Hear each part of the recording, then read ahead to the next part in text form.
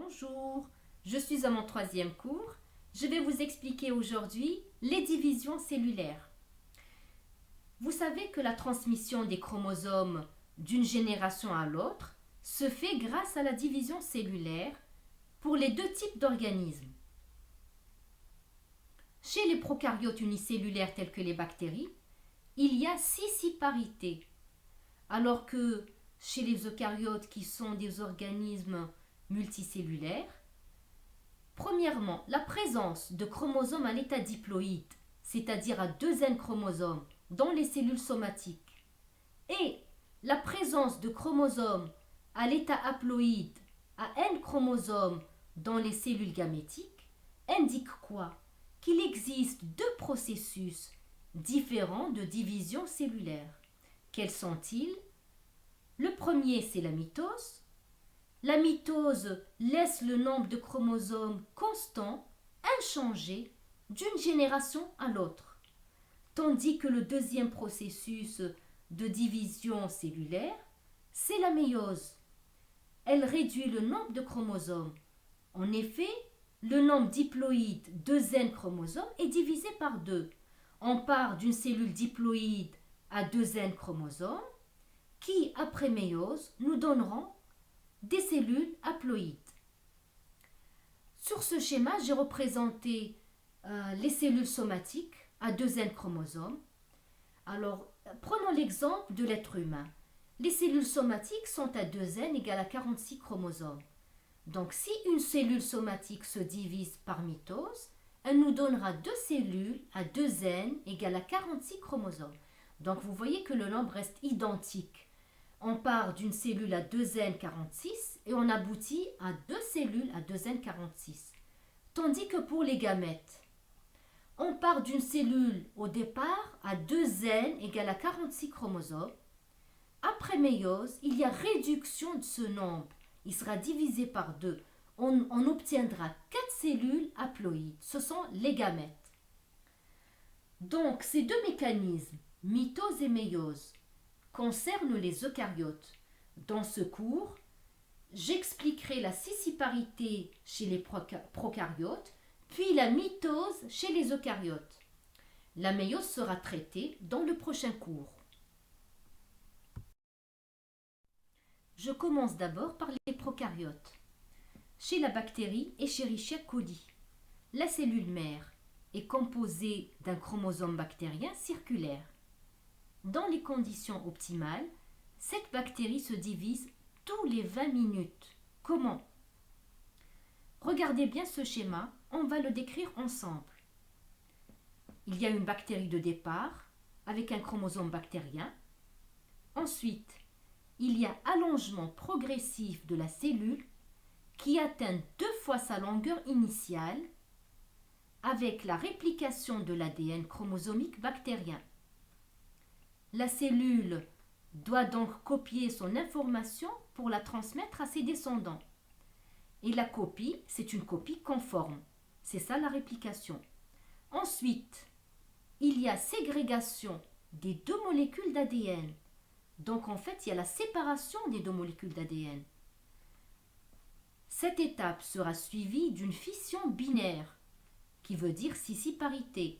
C'est en fait un étranglement qui permet de diviser la cellule en deux cellules filles qui contiennent chacune un chromosome ayant la même information génétique.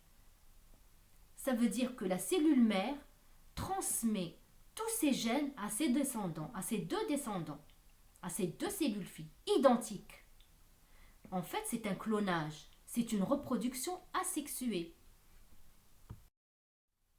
Chez les eucaryotes, les cellules passent par différentes phases du cycle de division cellulaire, ou bien cycle cellulaire, ou bien cycle de vie. C'est ce que vous voyez en face de vous. Dans une cellule qui n'est pas en mitose, les chromosomes sont invisibles en microscopie photonique. Cette étape du cycle cellulaire est appelée interphase. C'est ce que vous voyez ici. Elle se compose de 3 étapes. La première, c'est la G1. La deuxième, c'est la S, phase de synthèse. Et la troisième, c'est la G2. G signifie gap. Expliquons un peu ces 3 étapes. La phase G1, elle correspond à la phase la plus longue durant laquelle la cellule se prépare à la division. Les cellules sont diploïdes, c'est-à-dire à l'état 2N chromosomes. Chaque gène est représenté en 2 exemplaires. La phase S signifie quoi? C'est la phase de synthèse. Elle produit, c'est la synthèse d'ADN. La quantité d'ADN dans le noyau est doublée. On passe de 2 quantités à 4 quantités d'ADN. Chaque gène est représenté en 4 exemplaires. C'est normal, la cellule doit doubler ses gènes pour les distribuer d'une façon équitable à la génération suivante, donc à ses cellules filles, pendant la mitose, la phase M. Passons maintenant à la phase G2. C'est la phase de préparation de la mitose. Donc dans ce cycle, on remarque dans un premier temps que chaque chromosome se présente sous forme d'un filament à une chromatide. Et lors de la multiplication cellulaire, il y a passage du chromosome comprenant une chromatide, c'est la phase G1, en un chromosome à 2 chromatides pendant la phase de synthèse, la phase S. Donc la cellule mère contiendra des chromosomes doubles à 2 chromatides. Pendant l'interphase, le noyau gonfle et les chromosomes ne sont pas individualisés, ils sont longs et enchevêtrés, formant un réseau de chromatines. Juste après la phase G2 du cycle cellulaire, il y a la mitose. La mitose est le mécanisme par lequel le contenu en chromosomes d'une cellule somatique se maintient constant au cours des divisions cellulaires successives. Il est inchangé.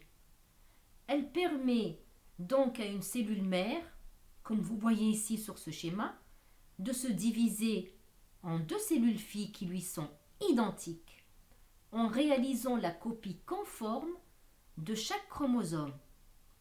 La cellule mère a la même quantité de chromosomes. Ici, vous avez 2N égale à 4 chromosomes.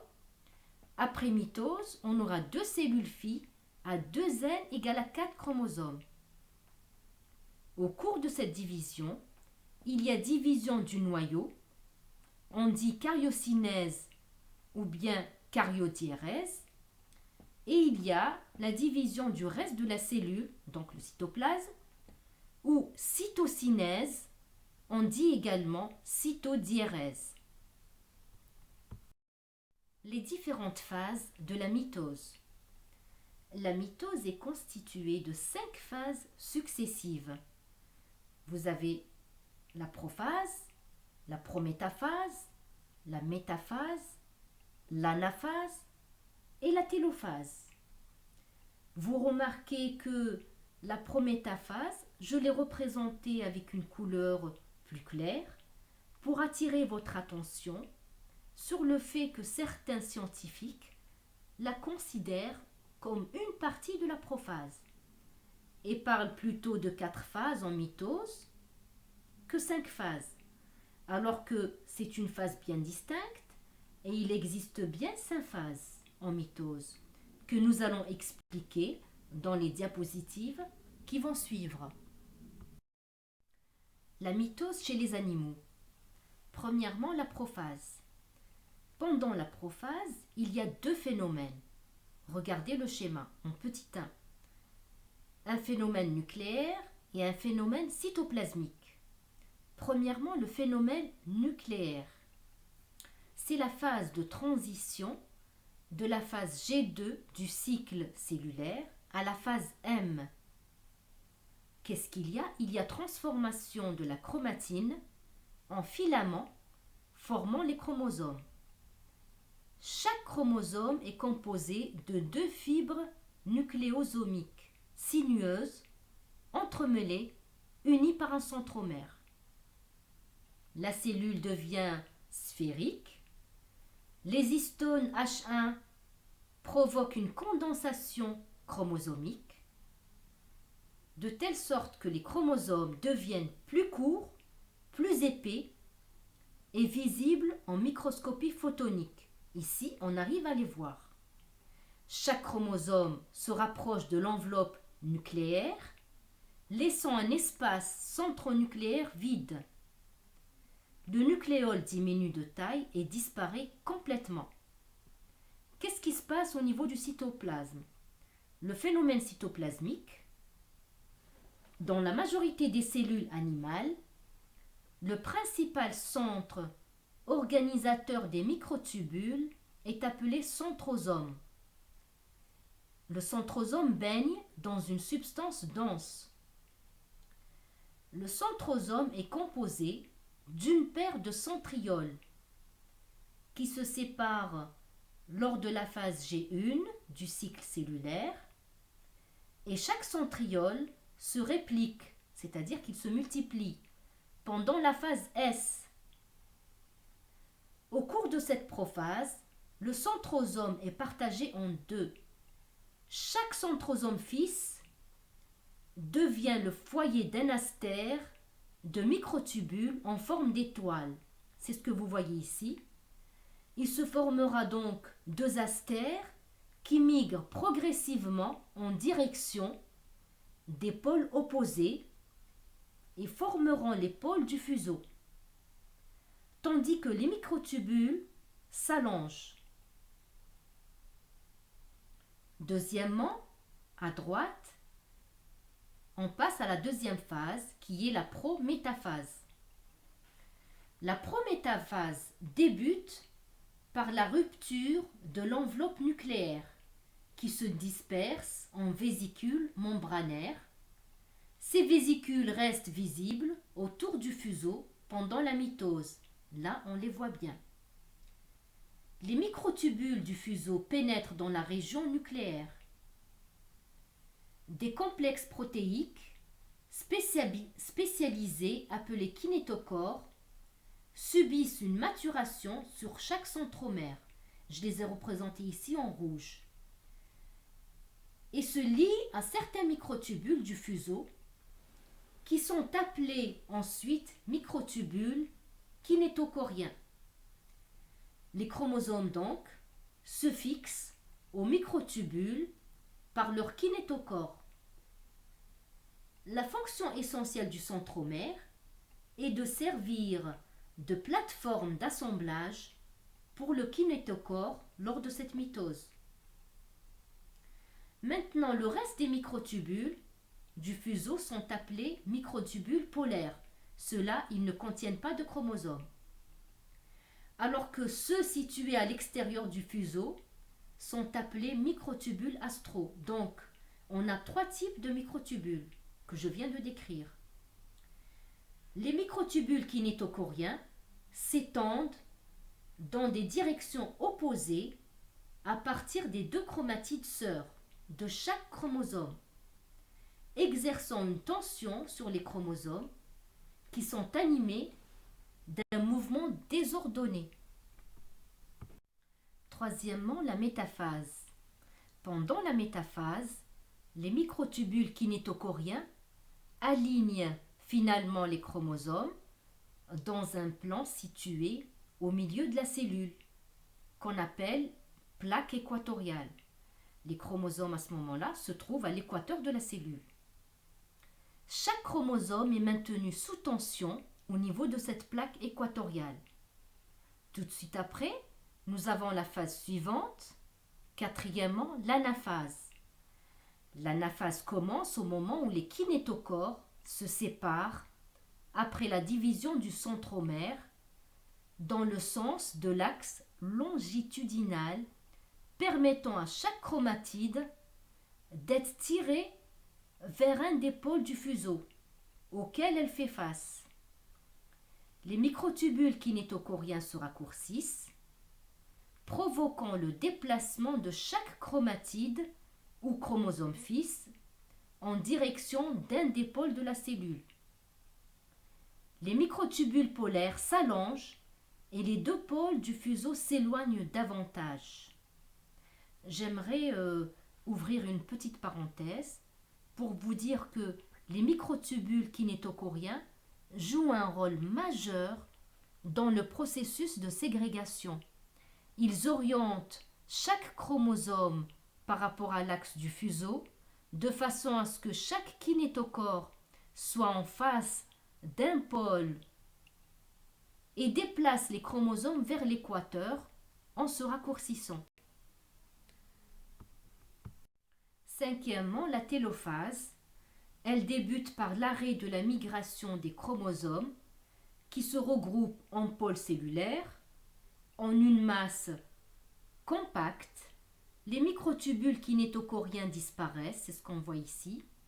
Les microtubules polaires s'allongent encore davantage et la reconstitution du noyau commence. Les chromosomes deviennent moins compacts, ils se déspiralisent et donc s'allongent. L'enveloppe nucléaire se reconstitue autour de chaque groupe de chromosomes fils et les nucléoles réapparaissent. Le cytoplasme se divise par un processus connu sous le nom de clivage. On parle de cytodiérèse. Je l'ai représenté à droite.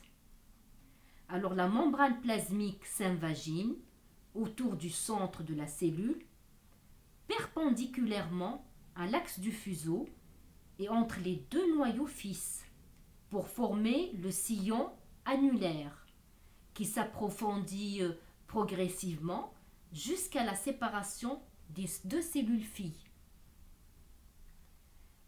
qui contiendront le même nombre de chromosomes que la cellule au départ, la cellule mère, qui était à 2n égale à 4 chromosomes. Ici aussi, les cellules seront à 2n égale à 4 chromosomes. La mitose chez les végétaux est constituée par les mêmes phases, mais seulement il existe deux différences.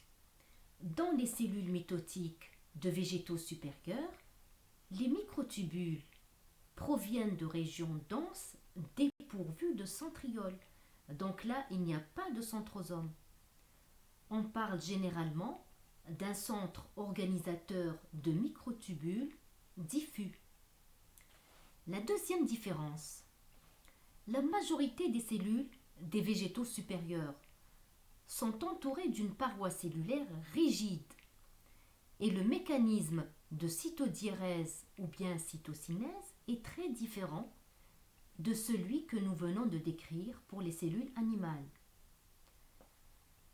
Le cytoplasme est divisé à l'intérieur de la cellule végétale par l'élaboration d'une nouvelle paroi cellulaire entre les deux cellules filles. Comment? Regardez bien ce schéma. La nouvelle paroi commence à se former dans un plan situé entre les deux noyaux fils et en association avec les microtubules polaires résiduels du fuseau qui forment à ce moment-là une structure cylindrique appelée phragmoplaste.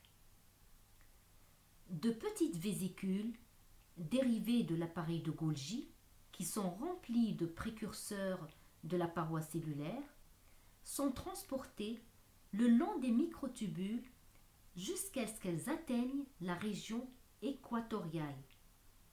Là, elles fusionnent pour former la plaque cellulaire précoce.